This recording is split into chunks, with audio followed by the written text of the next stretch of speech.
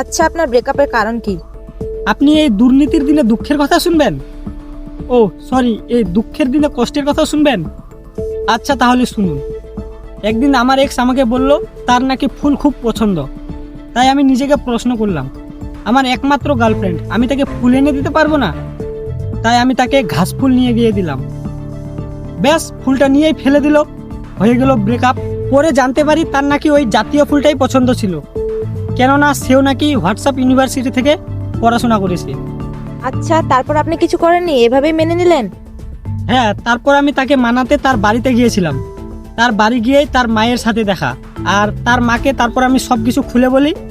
আর সব কিছু শোনার পর তার মা আমাকে জিজ্ঞাসা করলো আমি কি করি। তারপর আমি বললাম বর্তমানে আমি বেকার। ব্যাস, সাথে সাথে হাত দিয়ে চড় মারলো। তিনি চাইলে কিন্তু আমাকে লাঠি বা অন্য কিছু দিয়েও মারতে পারতো, কিন্তু না, তিনি আমাকে এই হাত দিয়েই চড় মারলো। তারপর পরে জানতে পারি তার মায়ের নাম নাকি গান্ধী শাহ। অন্যদিকে তার বাবা কাস্তে দিয়ে মাঠে ধান কাটছিল।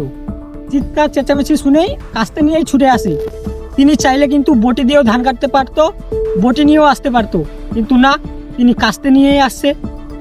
তারপর তার বাবা সব কিছু শোনার পর বলে, তোর মতো বেকার ছেলের সাথে আমার মেয়ের সম্পর্ক কিভাবে মেনে নি? কি কোয়ালিটি আছে আমার মধ্যে? শূন্য কোয়ালিটির ছেলে। তারপর আমিও অপমান সহ্য করতে না পেরে মুখের উপর বলে চলে আসি, কাস্তেরাও কিন্তু শূন্য নিয়েই আছে। আচ্ছা, এত ফুল থাকতে আপনি ঘাস ফুল কেন দিতে গেলেন?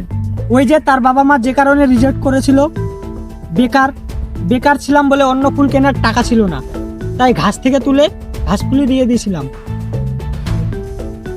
আচ্ছা, এতদিন পেরিয়ে গেল, আপনি এখন কি করেন? Creator, content creator. আপনার গার্লফ্রেন্ড এখন কি করে, আপনি কি সে ব্যাপারে কিছু বলতে পারবেন? আমার এক্স এখন ইনস্টাগ্রামে দুলায়, দোলনায় দুলে দুলে রিলস বানায়।